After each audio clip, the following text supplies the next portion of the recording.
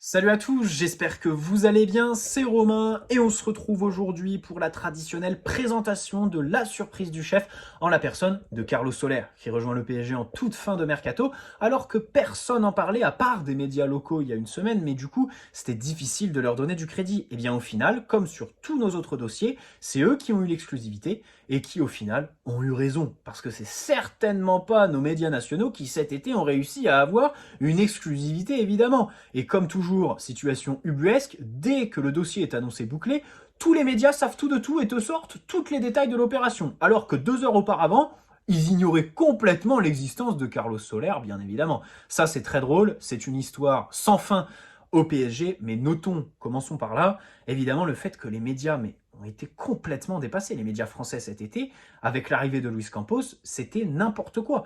Au tout début, t'as eu Dominique Sévérac avec le Parisien, tu sentais clairement que c'était Luis Campos qui lui balançait les infos. D'ailleurs, c'est le seul média français qui a eu une exclusivité sur un dossier, c'est Skriniar. C'est le premier à l'annoncer. Au final, Skriniar, c'est un petit peu mal embarqué, même si Nasser, tente un coup de dernière minute.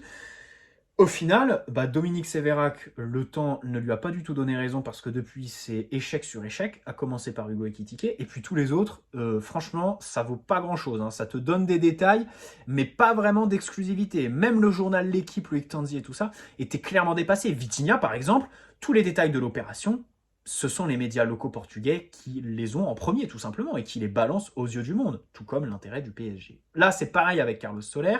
Il y a une semaine, donc, intérêt révélé, et au final, bam, ça s'est bouclé. Dans tous les cas, je pense que, oui, tu peux tomber sur les médias, mais il y a aussi un fait, je pense que ce dossier s'est terminé en un rien de temps. Voilà, ça a été négocié très très rapidement. Son club a besoin d'argent, bien évidemment. Ils ont beaucoup vendu. Là, il s'agit de 18 millions et 3 de bonus. Et j'insiste vraiment, ça fait quand même une vingtaine de millions avec les bonus. Il faut savoir un petit peu aussi de quoi on parle avant de juger le joueur. Il arrive pour la rotation, donc il faut le comparer avec ce qui est comparable. Et vu le prix qu'on paye, évidemment qu'il faudra être un petit peu moins exigeant qu'avec un Leandro Paredes, par exemple. Surtout qu'au niveau du salaire, bon, c'est quelqu'un qui allège la masse salariale. On le sait tous, ça a été le fil rouge de ce mercato parce que le futur fair play financier est axé sur cette fameuse masse salariale. Évidemment, quand tu as Neymar, Messi et Mbappé qui explosent la quasi-totalité de toutes des masses salariales en Europe, c'est compliqué derrière de signer du complément ou de la concurrence. Bref, il arrive en tant qu'offensif. Le fameux offensif que Christophe Galtier a annoncé dès le début du mois d'août. Et franchement, quand tu vois les noms qui ont circulé jusque-là, Marcus Rashford, Raphaël Leao, Robert Lewandowski au tout début du mercato, on rappelle que c'était le rêve de Luis Campos, tu te dis que, on a fait un petit peu machine arrière en termes de prétention, niveau talent, ambition et tout ça, parce que Solaire, évidemment que c'est pas la classe mondiale, qu'elle est Leao ou Robert Lewandowski. Et puis surtout, en termes de profil, parce que c'est pas un numéro 9, hein, c'est pas un buteur de surface, un point de fixation, ou encore moins un attaquant de profondeur comme peut l'être Marcus Rashford, par exemple. Donc ça, c'est intéressant à noter. Peut-être qu'il n'y avait pas vraiment d'opportunité aussi sur le marché à ce prix-là et avec un club vendeur en fin de mercato, parce qu'on le ressent sur le poste du défenseur central. Dissasi a été obligé d'arrêter parce que Monaco, ils le savent très bien, ils sont en fin de mercato. C'est un élément très important et en plus, le PSG est un club en Ligue 1, donc toi, tu t'affaiblis pour renforcer le club qui écrase tout dans ton championnat. Évidemment que tu lui demandes 50 millions, surtout en toute fin de mercato, où tu n'as pas trop de temps pour te retourner et remplacer le joueur. Bref, sa femme est influenceuse, je voulais juste le signaler, donc je pense qu'elle a joué son rôle dans le fait qu'il vienne au club, parce que c'est vrai que, en fait, pour le joueur, évidemment que c'est une super opportunité, il fait un bon, il va jouer la Ligue des Champions et tout ça, mais il arrive quand même dans la rotation. Là, clairement, c'est le remplaçant de Messi numériquement, et on le sait tous, ça a fuité dans les médias. C'est pas un énième milieu, surtout avec notre dispositif actuel, le 3-4-3. Mais ça, on y reviendra plus tard. À 2 mois de la Coupe du Monde, il arrive pour être dans la rotation. C'est peut-être un petit peu ambitieux, risqué, voilà, que d'aller dans ce PSG qui n'a toujours pas donné de temps de jeu à Hugo Ekitike, par exemple, avant cette fameuse Coupe du Monde où il a clairement un ticket à aller chercher. Bon, il lui restait 1 an de contrat, donc comme Fabian Ruiz, par exemple, comme Mukiele aussi, je crois. On arrive 12 mois avant, Luis Campos a clairement vu que les joueurs libres, en fait, c'est une fausse bonne idée, parce que les primes à la signature sont démentielles, les salaires t'explosent la masse salariale, et puis tu as surtout un jeu de surenchère avec tous les clubs qui s'y intéressent. Mieux vaut se positionner 1 an avant, payer une vingtaine de millions d'euros au club en indemnité de transfert tranquille, et puis derrière, le salaire est moindre, bien évidemment. Ensuite, pour ce qui est de l'ambition, on va dire, dans ce secteur. C'est vrai qu'au début, ça nous annonçait Robert Lewandowski, ça nous annonçait surtout un départ de Neymar. Tu sais très bien que voilà, Neymar, on a voulu s'en séparer, et que si on s'en était séparé, on aurait recruté de la classe mondiale. Moi, je pense que c'est comme le défenseur central. Deux secteurs dans lesquels Luis Campos prend son temps et se dit, cette année, c'est la transition, on a la Coupe du Monde, les joueurs vont être un petit peu essoufflés, axons-nous sur doubler les postes et ensuite, mercato d'hiver ou mercato prochain en 2023, là, on recrutera vraiment des titulaires. Surtout que, aux deux postes, tu as Sergio Ramos qui sera en fin de contrat et Lionel Messi aussi, donc ils sont potentiellement partants. Alors qu'aujourd'hui, à l'instant T, ils sont tout simplement titulaires. Donc ça, c'est vraiment à prendre en compte. Je pense que les Rashford et tout ça, ça va revenir en force. Clairement, la saison prochaine, alors c'est peut-être ambitieux d'en parler maintenant. On parle de la dernière, enfin, de la recrue, la dernière en date de 2022. Mais pour 2023, je mets bien une pièce sur soit Leao, soit Osimhen. On va avoir allégé la masse salariale. Là, on a fait un petit peu le sale boulot en résiliant des contrats, en faisant partir des indésirables et tout ça. L'année prochaine, on va se lâcher un petit peu. Surtout si Messi part, on va avoir de l'air dans la masse salariale. Et le Qatar va vouloir quand même un petit peu frapper fort, hein, parce que il faut le remplacer sur le terrain, et puis surtout en termes de marketing. Moi, je pense que Messi va partir. Donc voilà pour ce qui est un petit peu de l'attaque. Et puis, petite parenthèse pour la défense. À l'heure où je tourne la vidéo, le PSG devrait faire une offre, une dernière, à l'Inter de Milan pour essayer de les convaincre. Et c'est Nasser qui parle directement au propriétaire de Milan, parce que évidemment que Marotta n'a la main sur rien en fait. Hein. Si, il s'appelle Zhang, je crois. S'il a décidé de vendre, il vendra, parce qu'évidemment, il est dans une situation financière qui est assez compliquée. Bref. Donc au final, si on recrute Skriniar en toute fin de mercato au prix qui était demandé en juin, masterclass d'Antero Henrique qui nous aura fait perdre 2 mois bien évidemment pour qu'au final il dégage du dossier, que Nasser le reprenne et sorte le chéquier comme d'habitude. Bref, c'est pas fait bien sûr. Mais pour ce poste-là, écoutez, je préfère qu'au vu du nombre de milieux qu'on a recrutés, qu'on repasse à 4 derrière si à un moment donné il y a un des 3 qui se pète. Je parle des 3 centraux, qu'on repasse à 4 derrière, qu'on renforce le milieu de terrain et qu'on attende. Parce que clairement, là, il faut recruter un titulaire en défense centrale et pas un mec à 40 millions, truc muche, qui sera un peu un futur Diallo, un futur Kerr. Non, vraiment de la classe mondiale. Là, il y a des regrets. Le marché des attaquants, il sera ouvert, je pense, en 2023. Mais là, le marché des défenseurs, le problème, c'est que cet été, il y a eu énormément de mouvements. Et du coup, l'été prochain, forcément, ce sera un petit peu plus calme. Hein. Chelsea ont tout pété, tout simplement. Le Barça a recruté, le Bayern a recruté, la Juve a recruté. Donc voilà, il y a eu un jeu de chaises musicales et nous, on s'est pas engouffré dedans, on sait pas pourquoi. Mais bon, dans tous les cas, moi je fais partie des gens qui préfèrent attendre l'année prochaine, avoir plus de budget et un petit peu plus d'ouverture pour être un petit peu tranquille. Voilà. Tout simplement. Ou alors, le seul joueur aujourd'hui qui est un petit peu disponible sur le marché, c'est Lucas Hernandez, qui est marseillais, vous me direz, qui est aussi un petit peu irrégulier en matière de blessures et physiquement. Mais dans tous les cas, pour moi, c'est le seul joueur aujourd'hui qui vaut le coup sur le marché des transferts. Ça se tape avec Benjamin Pavard, et franchement, je préfère Lucas Hernandez à Benjamin Pavard. Ça me ferait chier de dépenser 50-60 millions sur Pavard, quoi, qui est légèrement surcoté, même si il a quand même des qualités, soulignons-le. Lucas Hernandez, pourquoi? Vous me direz, il est gaucher, il y a déjà Kimpembe qui excelle. Ouais, tu rebalances Marquinhos à droite, tu mets Kimpembe dans l'axe, et tu mets Lucas Hernandez à gauche. Je pense que ça peut s'envisager, sachant que Kimpembe est clairement aujourd'hui le patron de cette défense, celui qui se montre le plus à son avantage. Et dans l'axe, sa prise de risque et tout ça, le fait qu'il défende plus en avançant, il est clairement en confiance. Ça peut pour moi, franchement, c'est le seul scénario viable si on ne fait pas Skriniar.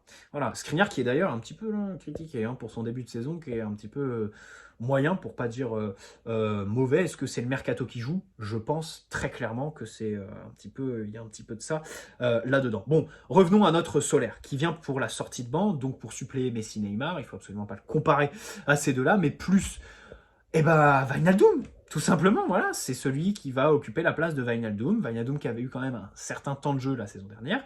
On souhaite le même à Carlos Soler, et clairement, tu fais une plus-value là-dessus. C'est indéniable en fait. Il faut savoir être objectif. Tu le payes que 20 millions, donc tu ne peux pas non plus en attendre qu'il soit titulaire, bam, dans les matchs de Ligue des Champions. Et tu fais, en termes de sortie de banc rotation, une vraie plus-value. Maintenant, est-ce qu'on va continuer à jouer en 3-4-3? Parce que dans ce dispositif, j'arrive même pas à l'imaginer en fait. Le double pivot, il sait y jouer, hein, il est polyvalent, pas de problème. Il a commencé attaquant, puis après il a un petit peu reculé sur le terrain. mais il y a tellement d'espace à couvrir qu'aujourd'hui, on a très très peu de vision. À voir avec Fabian Ruiz. Renato Sanchez, on s'est déjà fait une idée plutôt mauvaise contre Monaco. Mais clairement, il n'y a que le double pivot Verratti-Vitinha qui peut marcher aujourd'hui. Peut-être tu peux créer une complémentarité avec Danilo. Et encore, Danilo n'est pas très rapide, il a un bon volume de course. Mais sa lenteur fait que ça limite un petit peu l'apport du joueur. Tu vois ce que je veux dire? Donc là, honnêtement, c'est officiel. On va repasser, enfin, il y a des moments où on va jouer en 4-3-3 ou alors en 3-4-1-2, c'est évident. En 3-4-1-2, en tant que numéro 10 Solaire, c'est dans des matchs voilà, de Ligue 1 et tout ça, c'est très très bien parce que c'est quand même un joueur qui a le bagage technique. Ça, Campos, c'est vraiment ce qu'il a compris tout de suite. On le disait depuis des années avec les Matuidi, avec Thomas Meunier par exemple. Il faut du bagage technique pour s'imposer au PSG, pour réussir au minimum à se connecter avec ses partenaires. Voilà. C'est pour ça qu'aujourd'hui, Sarabia, bon, il se contente un petit peu que de faire des appels pour créer de l'espace à Neymar et Messi. Solaire, non. Il est très très bon avec le ballon, très soyeux. C'est un Espagnol, hein. Ça c'est à signaler aussi, hein. Nationalité espagnole, on en a quand même recruté beaucoup. Hein. Ils sont carrément en concurrence, certains avec les Portugais, d'autres entre eux. Donc c'est vrai que pour Nasser qui demandait en juin, enfin qui disait en juin que le projet allait être axé autour de joueurs franciliens d'Île-de-France, bon, là, on a été un petit peu berné, hein, parce qu'on est en train de créer une colonie espagnole. Mais après, bon, c'est pas non plus des joueurs qui vont peser très très lourd dans le vestiaire. Hein. Ceux qui pèsent, ils étaient déjà là avant. On n'en a pas rajouté cet été. Hein. Clairement, on a recruté. Ouais, en fait, on a recruté personne qui va peser vraiment dans le vestiaire en termes de leadership. Alors que contre le Real, c'est un petit peu aussi ce qui nous a manqué en fait. Tu vois ce que je veux dire? C'est vrai, tu as recruté des jeunes à fort potentiel, mais l'expérience, le leadership, bon, tu aurais pu l'avoir avec un Paul Pogba, mais là, c'est clairement pas le moment d'en parler. Hein. J'en rigole, mais c'est irrespectueux parce que c'est vraiment une histoire absolument horrible. Hein. Quelle que soit la vérité là-dedans, c'est un petit peu, c'est délirant, quoi. C'est n'importe quoi. Bref. Donc, il a de très bons mouvements offensifs, Carlos Soler. Bon placement entre les lignes, il aime beaucoup se projeter, c'est quelqu'un qui va évidemment t'emmener le ballon devant, énorme différence avec Herrera, Gay et toute la clique qui l'ont d'ailleurs dégagé. Bonne qualité de passe, bonne qualité de dribble, même si dans les petits espaces, parfois il peut paraître un petit peu dépassé, faire des erreurs techniques. Il va pas ralentir le jeu, hein, et surtout, défensivement, il n'a pas des bonnes statistiques en termes d'interception, de tacle et tout ça. Donc là-dessus, c'est vrai que tu peux émettre des petites réserves. Mais il arrive en tant qu'offensif. Devant, dans le dernier tiers, il arrive à beaucoup marquer. Mais dans son club actuel, il a l'apport des coups de pied arrêtés. Il est très bon pour les pénaltys et pour les coups francs. Quand Neymar et Messi ne seront pas là, c'est vrai que ça peut être quelque chose parce qu'aujourd'hui, les coups francs, Mbappé, il va pas nous saouler, il sait pas les tirer. Donc il arrête. Les pénaltys, à la limite, bon, ok. Mais les coups francs, non, niet. On a Neymar, Messi, et après, peut-être Achraf Hakimi, clairement, qui a mis de beaux coups francs avec sa sélection nationale. J'aimerais bien le voir tirer les coups francs chez nous. Mais voilà, sur un match où les deux, Neymar et Messi, sont pas là, il peut peut-être nous apporter dans cet exercice-là. Il a une très bonne frappe, il fait des statistiques, même si, je l'ai dit, elles sont pour l'instant tronquées avec les pénaltys qu'il n'aura évidemment pas au PSG. Il aime bien se retrouver un petit peu dans les 18, tu vois, lancé pour vraiment mettre une grosse mine sur un second ballon, comme Renato Sanchez, sa fameuse occasion en seconde mi-temps contre Monaco, ou alors sur un centre en retrait, quelque chose que Nuno Mendes maîtrise en ce début de saison. Donc ça, c'est quelque chose qu'on va pouvoir voir dans notre animation offensive que Galtier adore travailler. C'est très bien. Il est vraiment dangereux dans le dernier tiers et globalement très soyeux avec le ballon, même si bien évidemment c'est pas Neymar, Messi. Bon, sa conduite de balle, on peut pas dire qu'elle est excellente, hein. Porter le ballon, oui, il va te l'emmener vers l'avant, plus par la passe que la conduite de balle, je dirais. Donc voilà pour le profil. En tant qu'offensif, écoutez, moi c'est un recrutement qui me plaît. Rappelons quand même qu'on le recrute qu'à 18 millions d'euros. Il a 25 ans, il arrive voilà, dans la fleur de l'âge, et l'année prochaine, on aura tout notre temps. Surtout qu'en plus, il va y avoir une Coupe du Monde, un mercato hivernal qui, du coup, devrait être un petit peu emballé par la dynamique qu'elle va créer. Tu vois, il y a des joueurs. Alors, vous me direz, recruter un joueur après un tournoi, bon, c'est pas vraiment le bon plan, hein, parce que les joueurs de tournoi, on les connaît. Mais, dans tous les cas, il risque d'y avoir une dynamique indéniable cet hiver, plus que lors des autres mois de janvier, après cette fameuse Coupe du Monde où des joueurs vont forcément se montrer à leur avantage. Et l'année prochaine surtout, par exemple, Leao voilà, aura peut-être fait une saison encore aboutie avec le Milan AC qui sera ouvert à un départ. Et puis surtout, Messi ne devrait pas... je pense qu'il ne prolongera pas. Donc il faudra le remplacer tout simplement. Donc c'est vrai que devant, bon, tu as recruté Hugo Ekitike aussi, hein, ne l'oublions pas.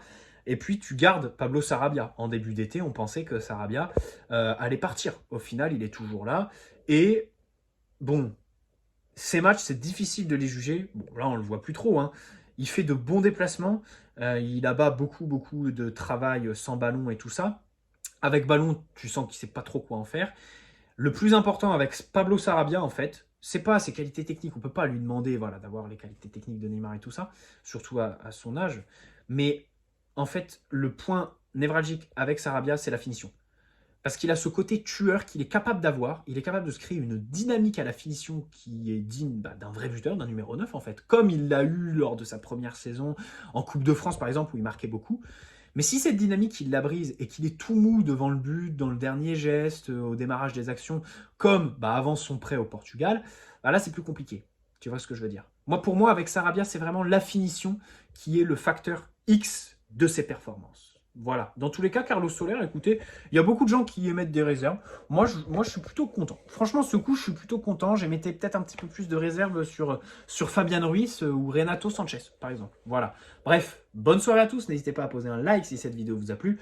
Vous abonner si ce n'est pas déjà fait. Et puis, on se retrouve très bientôt, bien évidemment. C'est la fin de ce mercato qui aura été quand même, d'un point de vue médiatique, très bien géré par le club. Hein. Toutes les rumeurs qui ont fuité, déjà, il n'y en a pas eu beaucoup. Hein, et puis parce que tout simplement, elles étaient toutes concrètes en fait. C'était de vrais dossiers, de vraies rumeurs fondées. Il n'y a pas eu de blabla, d'agents qui sont venus polluer notre environnement à associer tous leurs joueurs pour obtenir des augmentations de je ne sais quoi. Vraiment très bien. Voilà, bonne soirée à tous. Ciao les amis et surtout, prenez soin de vous avant tout.